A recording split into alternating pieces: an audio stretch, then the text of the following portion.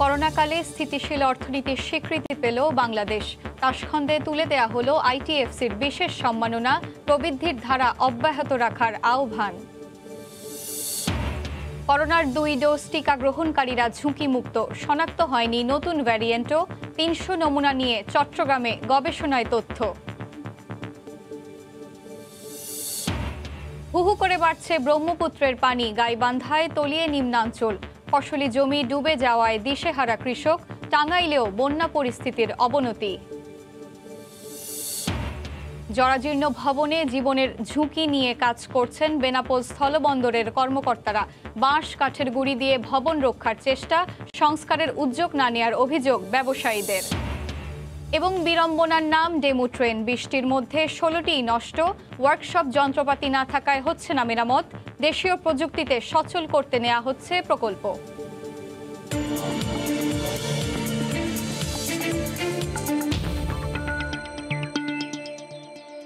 দেখছিলেন শিরোনাম। আমন্ত্রণ জানাচ্ছি দেশ ও দেশের বাইরের অর্থ বাণিজ্যের নানা খবর নিয়ে আমাদের নিয়মিত আয়োজন এ সময়ের বাণিজ্যে আপনাদের সঙ্গে আছি আমি এশা হোসেন।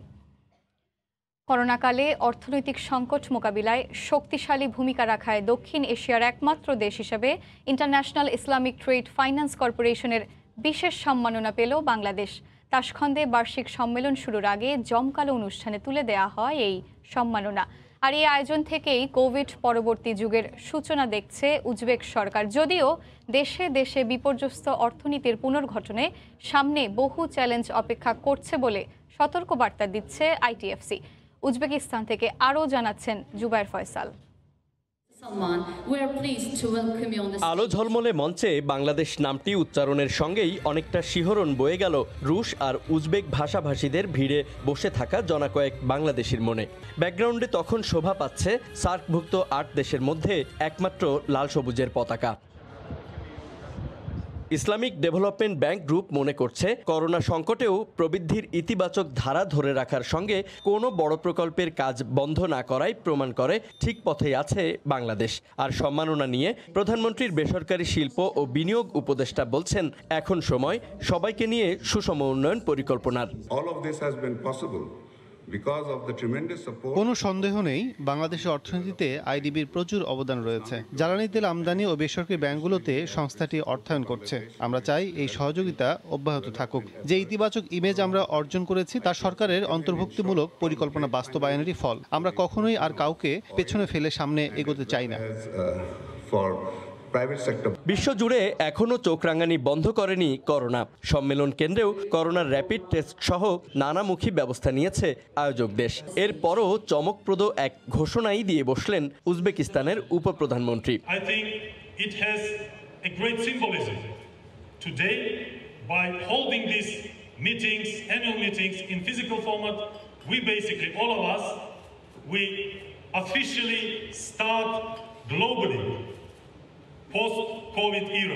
যদিও অর্থনীতির ক্ষতি কাটাতে কি পরিমাণ ঝক্কি সামলাতে হয়েছে তা স্মরণ করিয়ে দিয়ে এসএমই আর শিল্প খাতে অর্থায়ন অব্যাহত রাখার আহ্বান আইটিএফসি সিইওর। অর্থনীতি যাতে ভেঙে না পড়ে সেজন্য আমরা যেসব পদক্ষেপ নিয়েছি তার সর্বোচ্চ প্রভাব সদস্য দেশগুলোতে দেখতে চাই। আমাদের ভুলে গেলে চলবে না, আমরা স্বাভাবিকের চেয়ে কয়েক গুণ বেশি অর্থ শুধু এসএমই খাতেই দিয়েছি। আমরা চেয়েছি কেউ যেন কর্মহীন না থাকেন। করোনা পরবর্তী অর্থনৈতিক পুনর্গঠন ও সবার জন্য সমৃদ্ধির বার্তা নিয়ে তাশখন্দে শুরু হয়েছে ইসলামিক ডেভেলপমেন্ট ব্যাংক গ্রুপের বার্ষিক সভা। 5 দিনের এই আয়োজনে বিশ্বের 57টি দেশের সরকার, অর্থনীতিবিদ, ব্যবসায়ী ও উন্নয়ন কর্মীরা যোগ দিয়েছেন। জুবায়ের ফয়সাল, সময় সংবাদ, তাশখন্দ, উজবেকিস্তান। করোনা ভাইরাসের স্পাইক প্রোটিনে তেমন কোনো পরিবর্তন না হওয়ায় চট্টগ্রামে 2 ডোজ টিকা গ্রহণকারীরা অনেকটা নিরাপদ। এমনকি নতুন কোনো ভ্যারিয়েন্ট না আসায় বিদ্যমান আলফা, বেটা ও ডেল্টা ভ্যারিয়েন্ট ভয়াবহ সংক্রমণ বিস্তারেও কোনো ভূমিকা রাখতে পারবে না। 300 পজিটিভ নমুনার স্পাইক প্রোটিনের সিকোয়েন্সিং ও মিউটেশন করে এ তথ্য নিশ্চিত করেছেন সিভাসুর গবেষক দল। আরও জানাচ্ছেন কমল দে। চট্টগ্রাম ভেটেরিনারি ও অ্যানিম্যাল সায়েন্সেস বিশ্ববিদ্যালয়ের গবেষণা দলের করা পর্যালোচনায় 300 করোনা পজিটিভ নমুনার স্পাইক প্রোটিনের সিকোয়েন্সিং এবং মিউটেশন বিশ্লেষণ করে ব্রিটিশ ভেরিয়েন্ট আলফা, দক্ষিণ আফ্রিকান ভেরিয়েন্ট বেটা এবং ভারতীয় ভেরিয়েন্ট ডেল্টার বাইরে নতুন কোনো ভেরিয়েন্ট শনাক্ত হয়নি। এমনকি স্থানীয়ভাবেও নতুন ভেরিয়েন্ট তৈরি হয়নি। স্পাইক প্রোটিনে মিউটেশন ঘটেছে, বাট এমন কোনো পরিবর্তন হয় নাই যে পরিবর্তনের কারণে স্পাইক প্রোটিনের স্ট্রাকচার চেঞ্জ হয়ে যাবে। এই ধরনের কোনো মিউটেশন হয় না, এটা আমাদের একটা সুফল। বিশ্বের বিভিন্ন অঞ্চলে মারাত্মক ক্ষতিকরভাবে মিউটেশন ঘটিয়ে সংক্রমণ ও মৃত্যুর হার বাড়ল, চট্টগ্রাম এর থেকে অনেকটা মুক্ত ছিল। এমনকি নতুন কোনো ভেরিয়েন্ট বাহির থেকে না আসলে চট্টগ্রামে বড় ধরনের সংক্রমণের সংখ্যা নেই বলে দাবি গবেষকদের। এই 1 বছরের মধ্যে আমরা কোনো গাঠনিক পরিবর্তন পাইনি স্পাইক প্রোটিনের। এটাই বোঝা যায় এখানে আমাদের কোনো নতুন ভেরিয়েন্ট তৈরি হয়নি। তো যদি নতুন ভেরিয়েন্ট তৈরি হতো তাহলে কিন্তু এই ডেল্টারও চলে যেত, নতুন ভেরিয়েন্ট আবার আক্রমণ করতো, আমাদের সংক্রমণ আরও বেশি বাড়ত। এদিকে করোনা ভাইরাসের স্পাইক প্রোটিনের বিদ্যমান মিউটেশনগুলো ভ্যাকসিন কার্যকারিতায় তেমন কোনো নেতিবাচক প্রভাব ফেলতে পারবে না বলে গবেষণায় উল্লেখ করা হয়েছে। তাই 2 ডোজ ভ্যাকসিন গ্রহণকারীরা বর্তমানে ঝুঁকিমুক্ত বলে জানিয়েছেন সিভিল সার্জন। যারা ভ্যাকসিন নিচ্ছেন এবং তারা সাথে সাথে আপনাদের সংক্রমণের ঝুঁকি থেকেও অনেকটাই নিরাপদ হয়ে যাচ্ছে। গবেষণায় চট্টগ্রামের গত 1 বছরের পজিটিভ নমুনাকে প্রাধান্য দেওয়া হয়েছে। গবেষকদের মতে নিয়মিত স্পাইক প্রোটিনের মিউটেশন বিশ্লেষণের মাধ্যমে কার্যকারী ভ্যাকসিন এবং অ্যান্টিভাইরাল ড্রাগ উৎপাদনে বড় ধরনের ভূমিকা রাখছে। কমল দে, সময় সংবাদ, চট্টগ্রাম। ব্রহ্মপুত্র ও যমুনার পানি বেড়ে তলিয়ে গেছে গাইবান্ধা ও টাঙ্গাইলের বেশ কয়েকটি এলাকা। দুর্ভোগে দিন পার করছেন শত শত মানুষ। স্রোতের তোড়ে মুখ থুবড়ে পড়ে আছে সড়ক সংযোগ ব্রিজ। চারপাশে থই থই করছে পানি, দেখে বোঝার উপায় নেই কোনটি রাস্তা আর কোনটি নদী। হাঁটু পানি মারিয়ে কিংবা নৌকায় করে গন্তব্যে যেতে হচ্ছে সাধারণ মানুষকে। ডুবে আছে ঘরবাড়ি আর ফসলি জমি, ভোগান্তির যেন শেষ নেই বানভাসীদের। এদিকে টাঙ্গাইলে বন্যা পরিস্থিতি দিন দিন ভয়াবহ আকার ধারণ করছে। নিরাপদ আশ্রয় ছুটছেন অনেকে। এ অবস্থায় ত্রাণ সহায়তা না পাওয়ার অভিযোগ করছেন বন্যা দুর্গতরা। 4 ভাই যা গোছা দিছিলাম, গোছা সব বাইন্দা গেছিল, সার বিষ সব দিছিলাম, তলে গেছে। অনেক রাস্তাঘাটে পানি উঠে গেছে, কামাই কাজ বন্ধ। বাড়িতে পানি উঠছে, শহরে যাওয়ার জন্য কোনো ব্যবস্থা নাই, লোক আছে আমরা যাইতে পারি না, ঘরে থেকে কোনো বাইরে হতে পারি না। 3.5 ভাই জায়গা গোছা দিছিলাম, একবারে চলে গেছে গা, পয়সা গেছে গা হেঙ্গা। খাওয়া দাওয়ায় খুব অসুবিধা, রাস্তাঘাটে খুব অসুবিধা।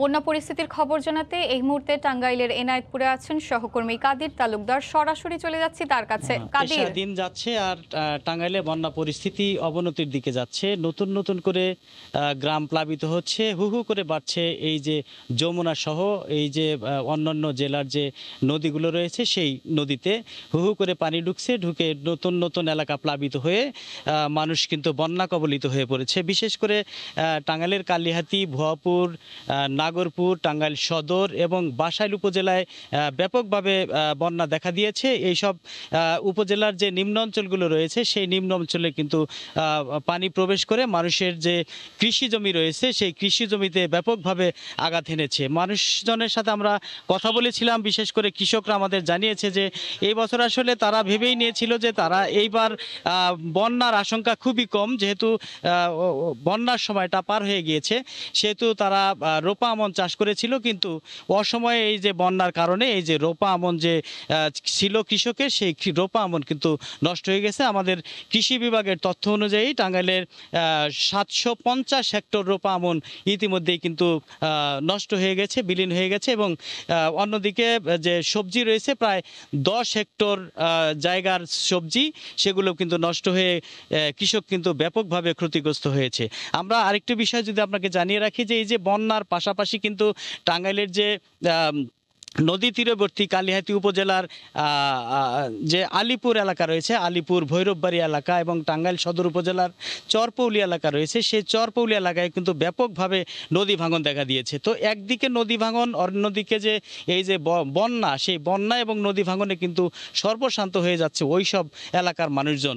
তবে আমরা জেলা প্রশাসনের সাথে কথা বলেছি। জেলা প্রশাসন আমাদের যে বিষয়টি জানিয়েছে সেটি হচ্ছে যে এই পর্যন্ত বন্যা কবলিত এবং ভাঙন কবলিত মানুষের মাঝে 10 লক্ষ টাকা এবং নগদ 60,000 টাকা কিন্তু বিলিয়ে দিয়েছে এবং 20 টন চাল এই পর্যন্ত এই ক্ষতিগ্রস্ত মানুষদেরকে দিয়েছে বলে আমাদেরকে নিশ্চিত করেছে জেলা প্রশাসনের পক্ষ থেকে। তো আমাদের কাছে আসলে টাঙ্গাইলে বন্যা পরিস্থিতির এই ছিল আসলে বন্যা পরিস্থিতির সর্বশেষ এশা। টাঙ্গাইল থেকে বন্যা পরিস্থিতির সর্বশেষ খবর জানাচ্ছিলেন সহকর্মী কাদির তালুকদার। বিমান বাংলাদেশ এয়ারলাইন্সের পাইলট ক্যাপ্টেন নওশাদ আতাউল কাইয়ুমের মরদেহ ভারত থেকে দেশে আনা হয়েছে। সকাল 9:30টায় বাংলাদেশ বিমানের বিশেষ ফ্লাইটে তার মরদেহ দেশে আনা হয়। এ সময় ক্যাপ্টেন নওশাদের 2 বোনও ছিলেন। বিমানবন্দরে তার প্রতি শ্রদ্ধা জানান বিমান প্রতিমন্ত্রী ও বিমানের কর্মকর্তারা। অশ্রুসিক্ত চোখে শ্রদ্ধা জানান ক্যাপ্টেন নওশাদের দীর্ঘদিনের সহকর্মীরা। বাদ জোহর বলাকায় প্রথম জানাজা হবে, পরে তাকে বনানী কবরস্থানে দাফন করার কথা রয়েছে। গত 27 আগস্ট ওমানের মাস্কাট থেকে 124 যাত্রী নিয়ে BG022 ফ্লাইটটি নিয়ে ঢাকা আসার পথে মধ্য আকাশে হঠাৎ ক্যাপ্টেন নওশাদ অসুস্থ হয়ে পড়েন।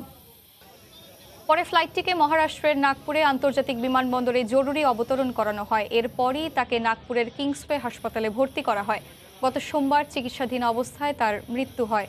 ক্যাপ্টেন নওশাদ এয়ারলাইন্স পাইলট অ্যাসোসিয়েশনের যুগ্ম সম্পাদক ছিলেন।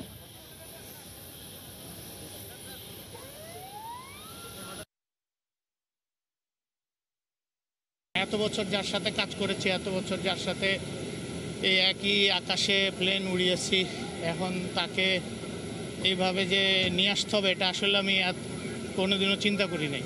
উনি হচ্ছেন খুবই একজন পেশাদারিত্ব সম্পন্ন ক্যাপ্টেন ছিলেন এবং ওনার মৃত্যুতে বিমান পরিবারের, বিশেষত পাইলট পরিবারের একটা অপূরণীয় ক্ষতি হয়েছে।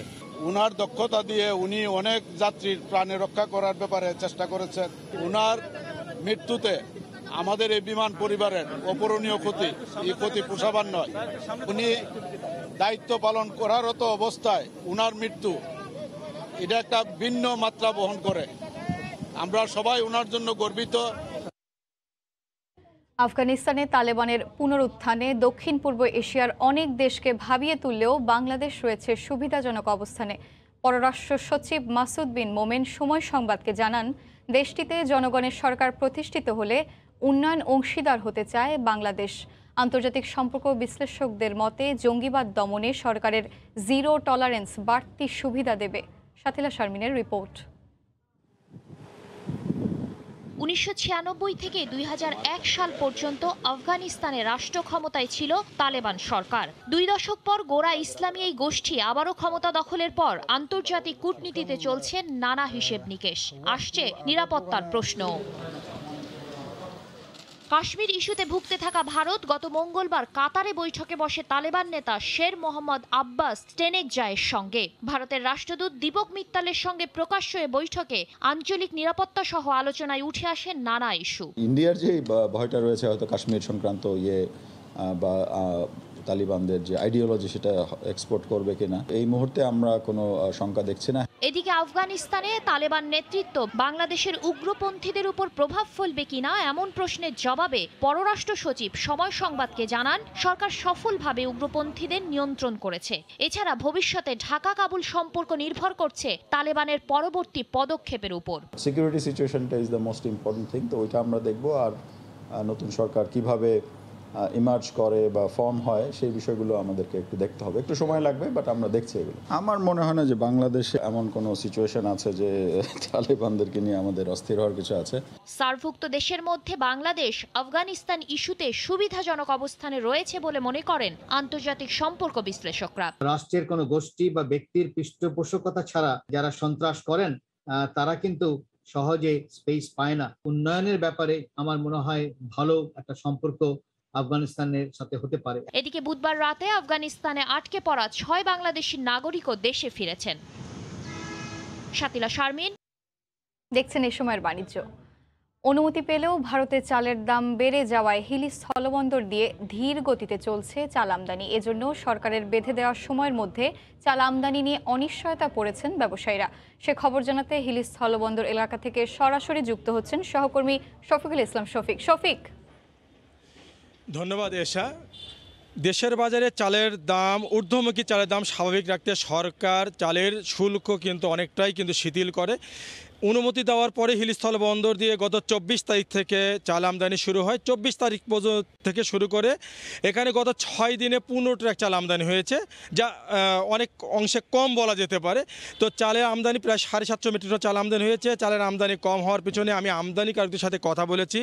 আমদানিকারকরা যেমনটা বলছেন যে সরকার চালের শুল্ক কমিয়েছে, বাট ওই সময় কিন্তু ভারতের ব্যবসায়ীরা চালের যে প্রতি টনে $50 বৃদ্ধি করেছে। পাশাপাশি তারা একটা অজুহাত দেখাচ্ছে বা বলছে এরকম একটা তারা যে ভারতের অভ্যন্তরে যানজটের কারণে যদি চালটা এই মুহূর্তে তারা আমদানি করে, সরকার যে সময় দিয়েছে সে সময় তারা শিপমেন্ট করতে পারবে না, এতে করে তারা ক্ষতিগ্রস্ত হবে, এমনটা তারা বলছেন।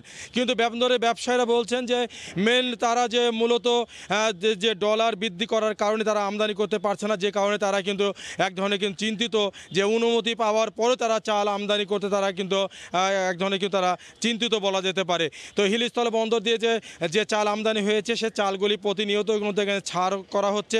এখানে কাস্টমসের পক্ষ থেকে কিন্তু এসে চালগুলো দ্রুত ছাড় দেওয়ার চেষ্টা করতেছে। ইতিমধ্যে হিলি স্থল বন্দরে দেশের বিভিন্ন দূর দূরান্ত থেকে কিন্তু এখানে পাইকারি আসছেন চাল নেওয়ার জন্য। আজকেও আমি কয়েকজন পাইকারের সাথে কথা বলেছি, তারা যেমনটা বলছেন যে ভারত থেকে চাল আসলে তারা চাল এখানে কিনবে, এমনটা তারা জানিয়েছেন। এদিকে আমি কয়েকজন আমদানিকারকের সাথে কথা বললাম, আমদানিকারকরা বলছেন যে চালগুলি আসছে আসলে বাংলাদেশে যে চালের দাম, সে চালের দাম ভারত থেকে আনার পর কিন্তু একই পড়তেছে যে দামগুলি, কিন্তু বরঞ্চ ভারতের চালের দাম কিন্তু $1 বেশি পড়তেছে। যেহেতু বেশি ডলার দিয়ে তারা চাল আনার কারণে তারা মূলত ক্ষতিগ্রস্ত হবেন, তারা এই জন্যই কিন্তু চালের আমদানি কমিয়েছেন। তারপরেও কিন্তু ব্যবসায়ী পক্ষ থেকে আরেকটা কথা বলা হচ্ছে যে চাল কিন্তু আজকে অনেকটাই চাল আমদানি হবে, অনেকে এলসি করেছেন। তো ব্যবসায়ীর পক্ষ থেকে বলা হচ্ছে যে হিলি স্থল বন্দরের আমদানিকারকরা ইতিমধ্যে 50,000 মেট্রিক টনে কিন্তু তারা কিন্তু অনুমোদন পেয়েছে। ইতিমধ্যে আমদানি তারা এলসি করেছে, তাদের চালগুলো ভারতের পাইপলাইনে আছে। তো ভারতের ব্যবসায়ীদের সাথে কথা বলার সুযোগ হয়েছিল।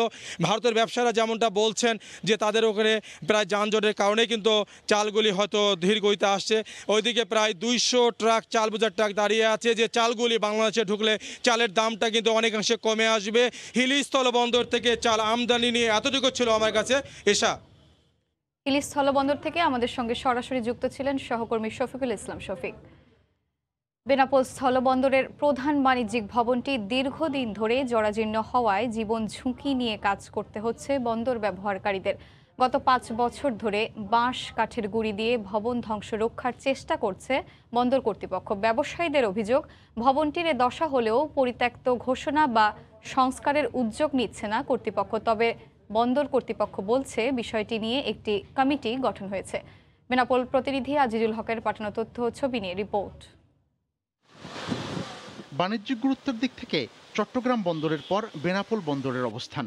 দেশের স্থলপথে যে বাণিজ্য হয় তার 70% বেনাপোল বন্দর দিয়ে ভারতের সাথে হয়ে থাকে। 1995 সালে তৈরি বন্দরের ভবনে কাস্টমস নিরাপত্তা সংস্থা ও ঠিকাদার প্রতিষ্ঠানের কর্মকর্তা কর্মচারীরা কাজ করেন। বাণিজ্যিক কাজে সবসময় 5 শতাধিক C&F সদস্য অবস্থান করেন।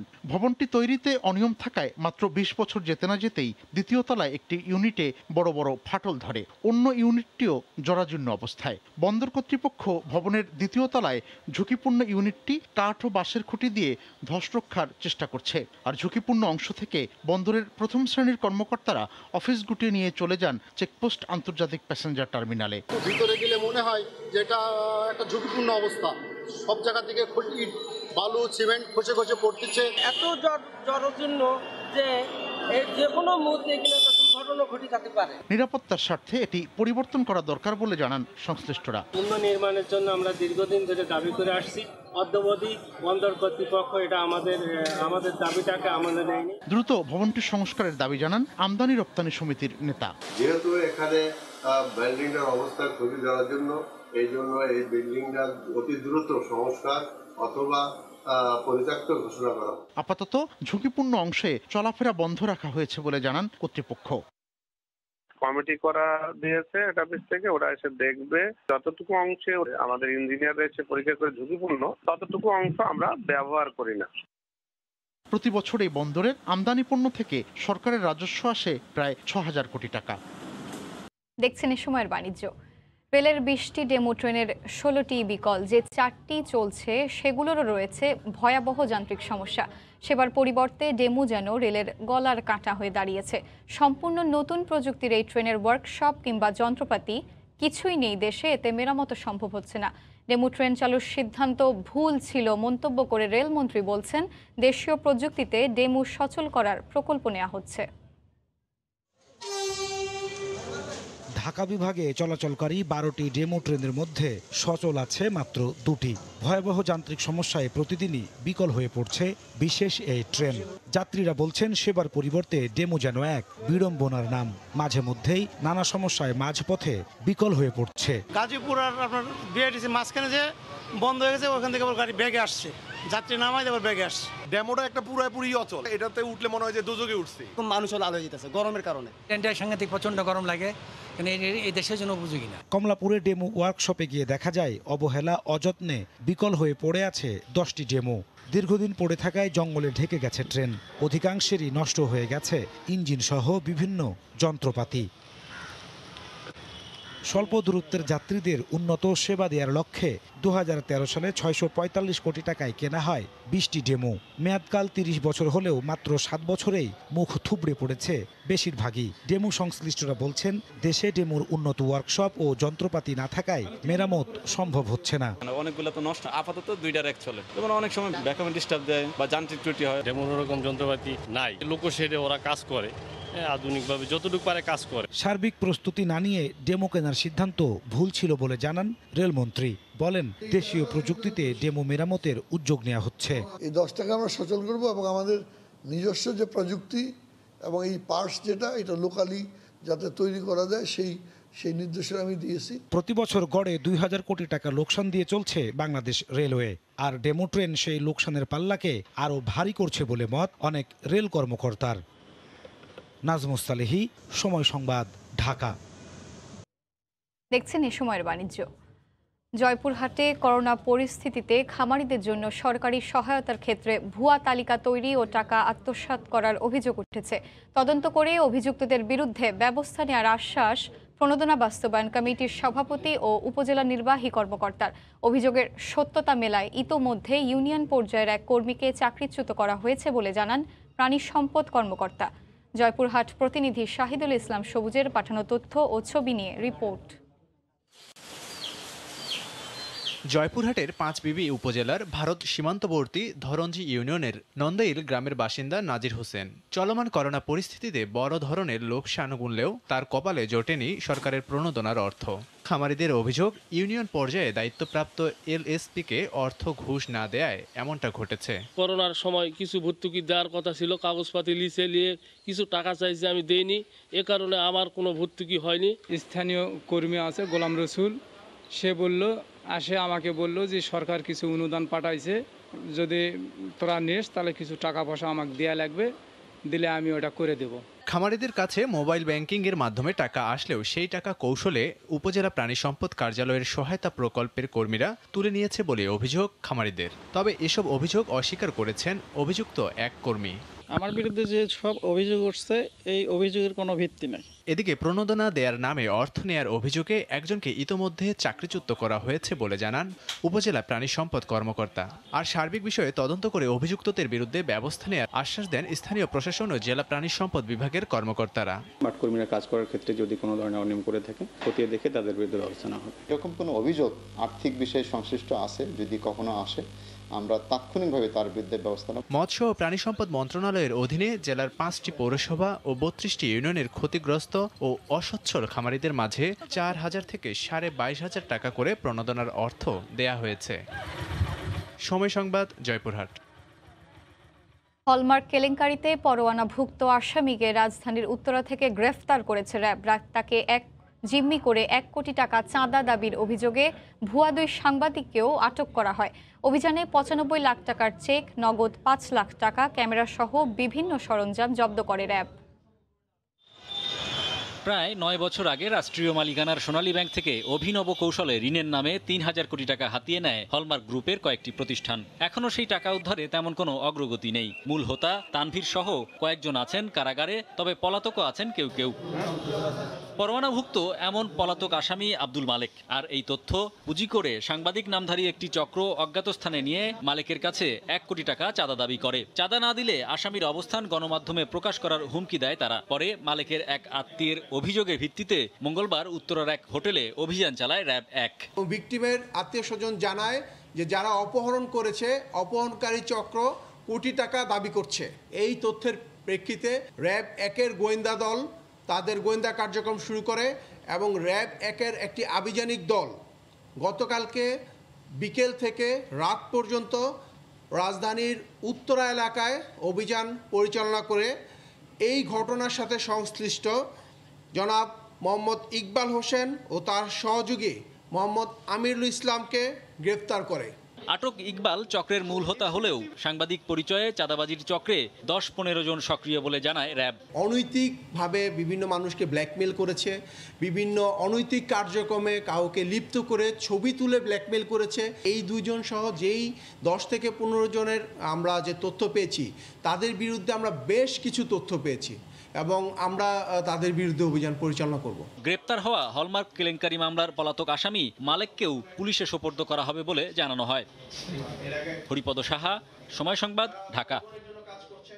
সংসদ অধিবেশনে শোক প্রস্তাবের উপর বক্তব্য রাখছেন প্রধানমন্ত্রী শেখ হাসিনা। সরাসরি যাচ্ছি সেখানে। চলা, পরিচ্ছন্নতা রাখা, সেটা সবাইকে রাখতে হবে। আর অবশ্যই সিটি কর্পোরেশন সরকারের পক্ষ থেকে যা যা উদ্যোগ নেওয়ার আমরা সেটা নিচ্ছি, কিন্তু সাথে সাথে নিজেদেরও কিছু উদ্যোগ নিতে হবে। আর এটাই বলবো যে হ্যাঁ, এখন করোনা ভাইরাসের প্রকোপ কিছুটা কমেছে, কিন্তু কমলেও সবাইকে কিন্তু সাবধানে থাকা উচিত। হয়তো আমরা লকডাউন এখন তুলে নেওয়া হয়েছে, কিন্তু স্বাস্থ্যবিধিটা মেনে চলার জন্য আমি সবাইকে অনুরোধ করব। একসাথে যেন বেশি সমাবেশ না হয়, মাস্ক পরে থাকা, হাত ধোয়া, এই কাজগুলি মাঝে মাঝে ভাপ নেওয়া, গরম পানি ভাপ এবং গার্গেল করা, যখনই কারোর সাথে মিশবে তার পরপরই গার্গেল করা এবং ভাপ নেওয়া, হাত ধোয়া, এগুলি খুবই দরকার। কারণ আমরা সারা পৃথিবীতেও দেখতে পাচ্ছি কখনো একেবারে কমে যাচ্ছে, আবার নতুন শক্তিতে এই ভাইরালটা আসছে। কাজে সেই ক্ষেত্রে আমরা এখন অনেকটা আমরা নিয়ন্ত্রণ করতে পেরেছি। আর টিকার কোনো সমস্যা নেই, আমরা যেখান থেকে যতভাবে পারি টিকা আমরা নিয়ে আসছি। আমরা খুব তাড়াতাড়ি স্কুল কলেজ খুলে দেওয়ার জন্য ইতিমধ্যে আমি নির্দেশ দিয়েছি, সেই ব্যবস্থাও নেওয়া হচ্ছে। শিক্ষকদের টিকা দেওয়া হয়েছে, শিক্ষকের সাথে সাথে একটা স্কুলে কর্মরত যারা তাদের পরিবার সহ তাদেরকেও জন্য টিকা দেওয়া হয়। আর এমনকি আমরা এখন আমাদের বিভিন্ন সংস্থা বা স্বাস্থ্যকর্মী থেকে শুরু করে তারা কাজ করে যাচ্ছে, শুধু তাদের না, তাদের বাড়ির কাজের লোকজন, তাদের পরিবার সহ ড্রাইভারের পরিবার সবাই জন্য টিকা পায়, সেই ব্যবস্থাটাও আমরা নিচ্ছি, যাতে করে কোনো মতে এই সংক্রমণটা না হতে পারে। আর আমাদের স্কুলে মেয়েদের যেহেতু WHO এর কতগুলি নির্দেশনা আছে, সেই নির্দেশনা মেনেই আমরা স্কুলের ছেলে মেয়েদেরকেও টিকা দেওয়ার ব্যবস্থা নিচ্ছি, যার জন্য কিছু ফাইজার টিকা ইতিমধ্যে সে পৌঁছাচ্ছে, আরও পৌঁছাবে, এবং মডার্নার জন্য আমরা চেষ্টা করে যাচ্ছি। আর তাছাড়া অন্যান্য টিকা তো আসছে, আমরা ইতিমধ্যে টাকাও পাঠিয়ে দেওয়া হয়েছে। আমরা ইতিমধ্যে প্রায় 6 কোটি টিকার টাকা অলরেডি আমরা দিয়ে দিয়েছি, পর্যায়ক্রমে আসতে থাকবে। কারণ এগুলি রাখা দেওয়া সেটার জন্য পরিকল্পনা আরও বেশি এবং ব্যবস্থাপনা আমাদের নিতে হচ্ছে, সেগুলো আমরা করে যাচ্ছি। কিন্তু দেখা যাচ্ছে যে টিকা দেওয়ার পরেও অনেকের আবার কিন্তু করোনা হয়, কিন্তু সেটা হয়তো ওরকম মারাত্মক হয় না। সেই জন্য আমি সবাইকে অনুরোধ করবো একটু সাবধানে থাকা। কারণ হাসিবুর রহমান স্বপনের এমনি কিডনি ট্রান্সপ্লান্ট করা, তার মধ্যে যদি করোনা ধরে তার যে পরবর্তী ধাক্কাটা কিন্তু খুব কঠিন হয়। কারো হার্টের অসুখ, কিডনির অসুখ, অন্য কোনো অসুখ থাকলে পরে ক্যান্সার, সেখানে করোনা হয়তো চলে যায়, কিন্তু পরে দেখা যায় যে তারা অসুস্থ হয়ে পড়ে। কাজে যাদের ব্রঙ্কাইটিস যে ভুগছে, অথবা শ্বাসকষ্ট আছে, অথবা ডায়াবেটিস আছে, অথবা কিডনি প্রবলেম আছে, আমি সবাইকে হার্টের অসুখ, তাদেরকে আরও সাবধানে থাকতে হবে। কারণ এই করোনা যদি ধরে ভালো হলেও পরবর্তী যে এর যে এফেক্টটা থাকে তার জন্য অনেকের জীবন সংখ্যা দেখা দেয়। সেই জন্য সকলকে একটু নিজের ভালোটা নিজের বুঝে চলতে হবে। সরকারের পক্ষ থেকে যা যা করে আমরা করে যাচ্ছি, আমরা জানি অনেকে বক্তব্য অনেক কিছুই বলেন, কিন্তু বাস্তব চিত্রটা যদি দেখেন অন্য দেশের সাথে যদি তুলনা করে, তা আমাদের এই ঘন বসতিপূর্ণ এলাকা, সেই জায়গায় আমরা যেভাবে এইটা নিয়ন্ত্রণের ব্যবস্থা নিয়েছে, এরকম অনেক উন্নত দেশও কিন্তু নিতে পারেনি। এটা হলো বাস্তবতা। কাজে আমাদের প্রচেষ্টা সবসময় আছে এবং আমরা শুরু থেকেই সব ধরনের ব্যবস্থা নিচ্ছি। কিন্তু এখানে আমি বলবো যা নিজেরও সজাগ থাকা, নিজেকে সুরক্ষিত রাখা এবং নিজেকে সাবধানে চলা এবং স্বাস্থ্যবিধি মেনে চলা, সেটার দিকেও সকলকে দৃষ্টি দিতে হবে। আজকে আমি বেশি কথা না বলে এটুকু বলবো যে একের পর এক আমরা এই সংসদে আমরা অনেক মাননীয় সদস্যদের হারিয়েছি, তাদের সকলের জন্যই দোয়া করি। আর বিশেষ করে আজকে আমরা হাসিবুর রহমান স্বপনের আত্মার মাগফিরাত কামনা করি। তার সন্তপ্ত পরিবারের প্রতিও আমার সমবেদনা জানাই। সংসদ অধিবেশনে বক্তব্য রাখছেন প্রধানমন্ত্রী শেখ হাসিনা। আমরা এতক্ষণ সরাসরি যুক্ত ছিলাম সেখানে। পুরো বক্তব্য দেখতে ভিজিট করুন সময় টিভির ফেসবুক পেজে www.facebook.com/সময়news.tv-তে। দেখছেন এ সময়ের বাণিজ্য, সঙ্গেই থাকুন। দেখছেন এ সময়ের বাণিজ্য।